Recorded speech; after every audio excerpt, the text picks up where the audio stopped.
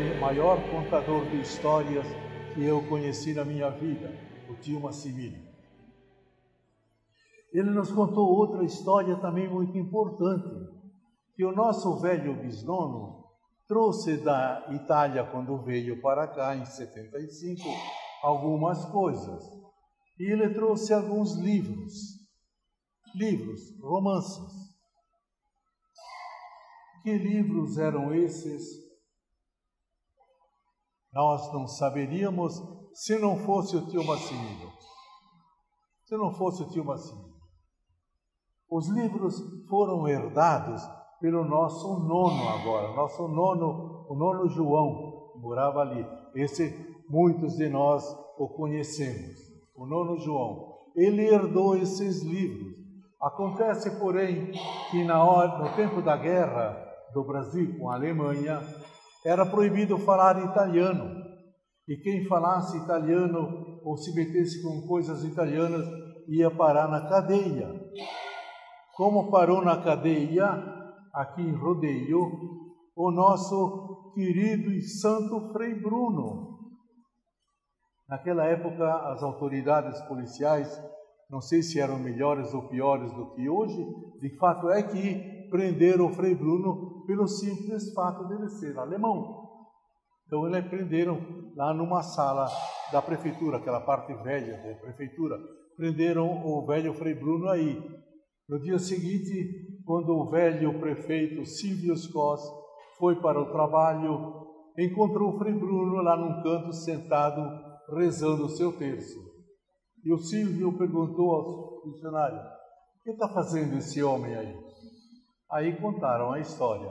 O Silvio levantou a voz e disse: eu sou o prefeito dessa cidade. Ordene imediatamente que soltem esse homem, porque esse não pode fazer mal a ninguém. Foi o Frei Bruno que foi para ele. Aliás, dos padres aqui tinha outra coisa. Esse mesmo autoridade queria que os padres abrissem lá atrás o sacrário, porque eles achavam que os padres escondiam armas de guerra lá no sacrário. Ora, nós sabemos que lá no sacrário esconde-se uma grande arma, que se chama Jesus Cristo, mas não armas de guerra. Mas aconteceu. E o tio Massimino nos contou o fim dos livros, porque o nono deu o fim desses livros. Que fim ele deu aos livros? Ninguém sabe. Ele levou para a sepultura o segredo dos livros. Ele levou para a sepultura. Nunca ninguém de nós soube alguma coisa, nem os irmãos meus que conviveram bastante com ele, sobretudo o César, não soubemos nada. Nós não contou nada. Aonde ele colocou os livros, se os enterrou, se jogou no livro, se rasgou, se queimou, não sabemos. Que livros eram? Pergunte ao tio Massimino. Aí nos deu mais uma pista, o tio Massimino. O tio Massimino nos contava que entre os grandes personagens, os protagonistas daquele livro, tinha um tal de Gascone. Ora, do Gascone para nós foi fácil.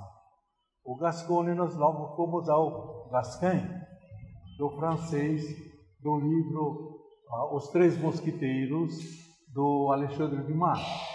Lá tinham o protagonista, o D'Artagnan, era Gascon, era um Gascone. Foi fácil para nós descobrirmos então mais ou menos que tipo de livros o nono ou o bisnono trouxe da Itália.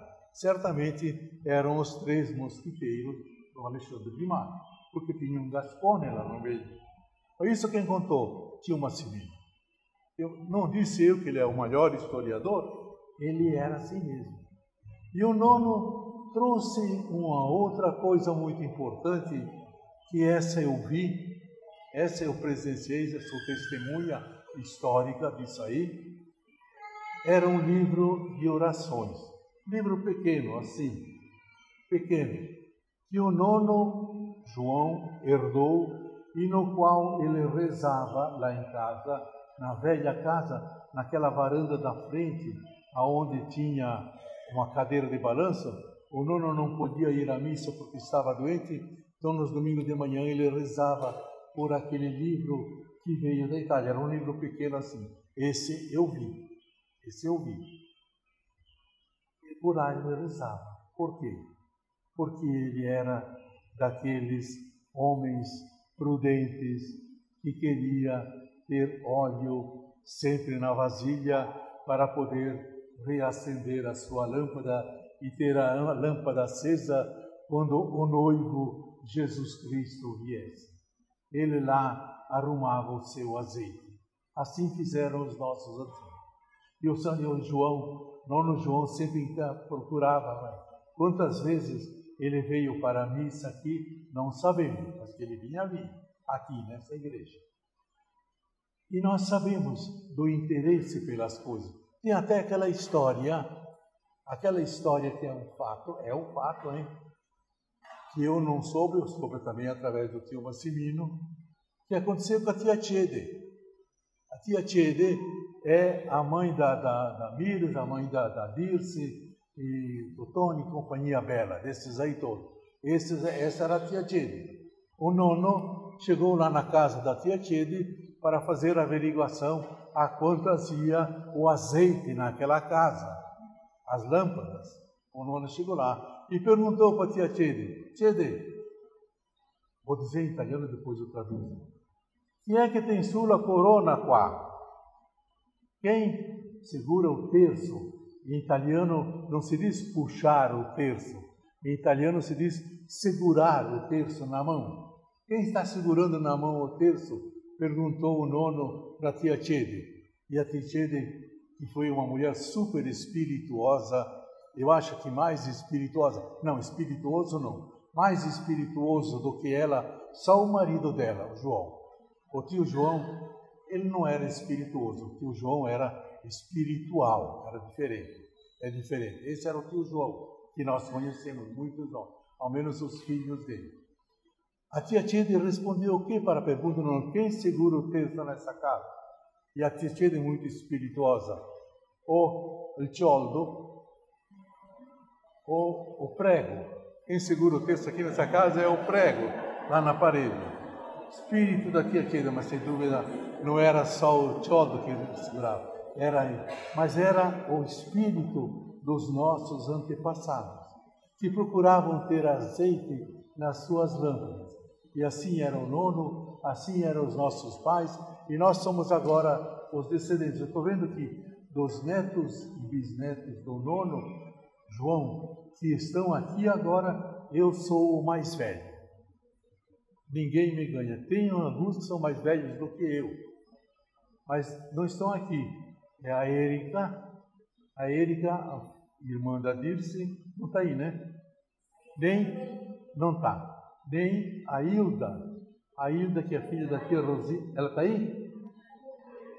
Está aí a Hilda? Então estou perdendo. Estou perdendo da Hilda, porque a Hilda é mais velha do que eu. No caso, a Hilda é agora entre nós o descendente do velho Cândido mais idosa. É que chegou mais longe até agora. Não dizemos nada, ficamos quietos por enquanto. Mas damos as lembranças e as honras a Hilda, se torna então a mais velha. Assim eram os nossos antepassados. Assim era a tia Rosina, assim era o tio Massimino, assim era o tio Pascoal. Eu me lembro do tio Pascoal, uma vez eu fui na casa dele. Ele morava lá naquela casa mais para baixo, naquela casa nova dele, que parece que venderam. E eu fui ver a casa dele. Lá no quarto do tio Pascoal estava a cama ainda por fazer. Não tinham arrumado a cama ainda, era de manhã. E lá no meio da cama tinha o quê? o terço do tio Pascoal. Eu vi o terço do tio Pascoal lá na cama dele. Quanto tempo ele rezava? Não sei, mas que ele rezava, que ele procurava azeite, também é verdade. Do tio Marcelino também sei histórias. Eu morei vários anos em Curitiba, trabalhei na paróquia Bom Jesus, e quando eu estava lá, o tio Marcelino gostava muito de ir na missa no Bom Jesus, porque ele sabia que às 8 horas eu celebrava aquela missa. E o tio Marcelino, o altar era mais ou menos que nem esse, só que lá no altar, atrás assim, tinham uns bancos que estavam colocados, porque estava tudo livre, tinha uns bancos. O tio Marcelino com a tia Lécia sempre vinham aos domingos e eles estavam aí atrás, no primeiro banco da igreja, lá estava o tio Marcelino e a tia Lécia. Eu me lembro, muitas vezes eles estavam lá rezando comigo para que nós tivéssemos sempre o azeite para as nossas lâmpadas.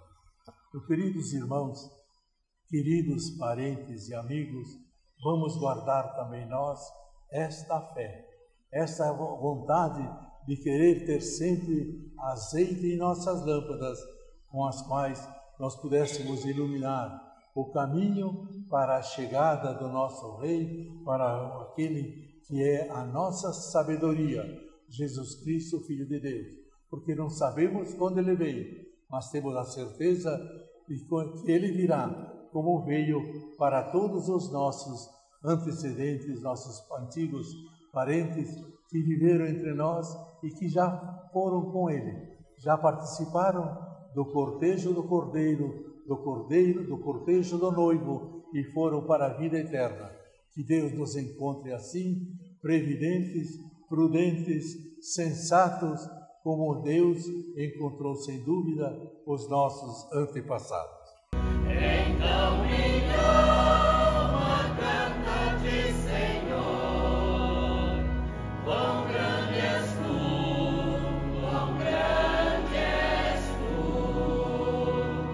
Então minha alma canta-te, Senhor, quão grande és tu, quão grande és tu.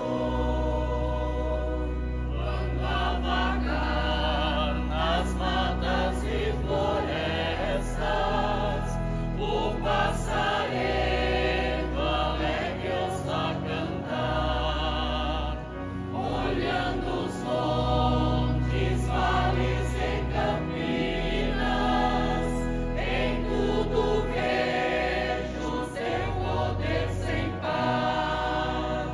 Então minha alma canta-te, Senhor, quão grande és tu, quão grande és tu.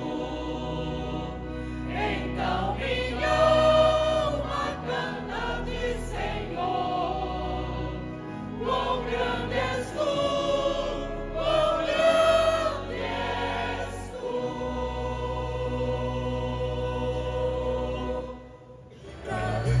America, America, America, è passolino di fior.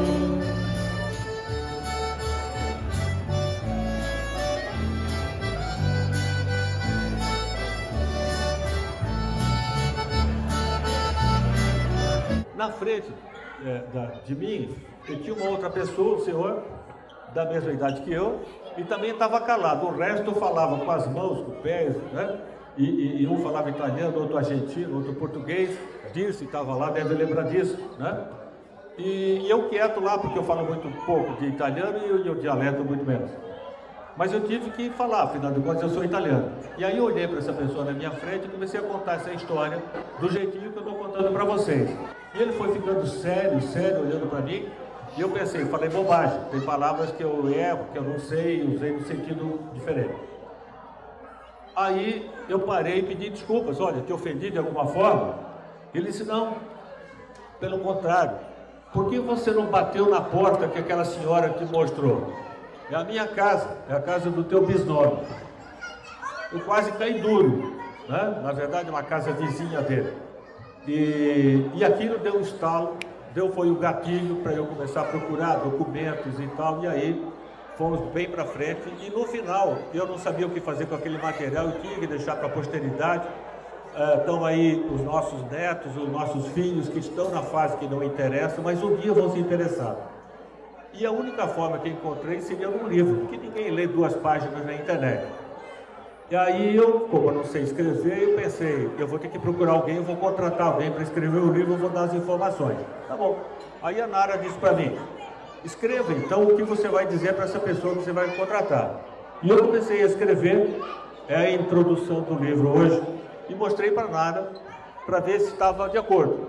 E ela disse assim, continua, vai escrevendo, vai estar ficando bom. Né? E assim foram 416 páginas, né, da nossa história que estão aí. Marcos Moser, o autor do livro conta uma história em que você é protagonista. Como é que foi essa história? Na verdade, sim, a gente é amigo de longa data, né? Somos 2 de rodeio e trabalhamos no Banco do Brasil. Sempre fizemos, e a gente fazia algumas viagens juntas. Numa dessa, eu sempre fui um grande amante da Itália, desde 88, quando eu estive no Soggiorno. E numa dessas viagens, em 94, nós fomos com as mulheres e fomos, obviamente, para o Trentino, que era a região que eu sempre adoro e mais. E um dia desses, por algum motivo, o nosso programa, que estava organizado, ele teve algum problema. Eu falei, dai, Jânio, vamos atrás dos Pintarelli. Eu falei, mas não sei exatamente onde é que são os Pintarelli.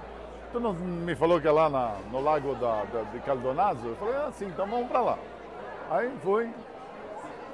Chegando lá no lago, eu falei, escuta, parei o carro, eu falei, de onde é que são os Pintarelli? Eu não sei, mas é por aqui. Eu falei, não, então, mas tu deve saber, cara, eu sei de onde é que são os Moser, sei onde é que são todos. Aí parou um carro, eu falei, daqui eu não me mexo. Ou tu me diz de onde é que são os Pintarelli, então a gente vai dormir aqui hoje de noite. E aí tinha uma plaquinha lá de Santa Catarina, que por ser o nosso estado de Santa Catarina, ele falou, escuta, vamos subir aqui. Subimos, tinha lá encostado na montanha, tinha uma igrejinha, cemitério, vamos lá no cemitério. Chegando no cemitério, 50% do cemitério era só Pintarelli, Pintarelli, Pintarelli. Falou, E ele não conhecia a Itália? Não, nada, absolutamente ele estava nada. sendo apresentado por você. Era a primeira vez que ele estava indo para a Itália, né? Ele falou, meu Deus do céu, aqui é a sogra dos Pintarelli. Então, aí entramos na igrejinha, então, encontramos uma senhora que contou alguma história lá da região, mas nada a ver com os Pintarelli. E a coisa passou, ficou por isso e voltamos. Acho que depois de alguns anos teve uma festa da família Pintarelli aqui no Brasil e ele participando, tinha um grupo de pessoas italianas lá da região e conversando, blá, blá, blá. Ele contou esse episódio. O cara falou, cara, aquela mulher que você falou é a nossa parente, ela mora na casa onde foi do teu bisavô. Então nós estivemos muito perto lá. E aí que, de alguma forma, despertou nele esse espírito de... Mas ele estava na frente da casa, da origem de tudo, e não entrou. Acabou não entrando. Depois isso acabou motivando ele, então... Daí depois eu, pelas circunstâncias do meu trabalho, eu acabei indo para Roma, fui gerente do Banco do Brasil em Roma, em 2000, e eles vieram me visitar em 2001, e aí nós fomos lá para o Trentino, daí já... com filmadora, sabendo exatamente e tal. Aí fomos lá na cidade, fomos lá fazer toda... Um cachorro chamado Gnotto, Gnotto mesmo. Houve um tempo em que um cachorro muito querido residiu com a família do Nonno Giovanni. O verdadeiro nome do Gnotto era Gnotto, né? Anônimo ou desconhecido no dialeto. Adotei aqui escrito da maneira pronunciada Gnotto, apenas para facilitar a leitura. Gnotto era simplesmente o Popo, o caçula da casa. Todos paparicavam o cãozinho, que era muito brincalhão e inteligente. Sempre que meu pai me contava as histórias da sua juventude e falava das coisas cotidianas da vida em família, naquele tempo, a lembrança do Gnotto vinha à baila. O cãozinho era realmente especial. Às 5 horas da tarde era só ordenar e o Gnotto corria para o pasto recolhendo as vacas para o estábulo. Quando iam procurar ovos que galinhas rebeldes colocavam em ninhos escondidos, o Gnotto trazia para a nona a cesta na boca com os ovos encontrados. Quando a tia Chede, mãe da Dias, né, casou, ela foi morar na casa do dono. E o dono sempre ia visitá-la, mas sem tocar naqueles pastos ou pelas arrozeiras. E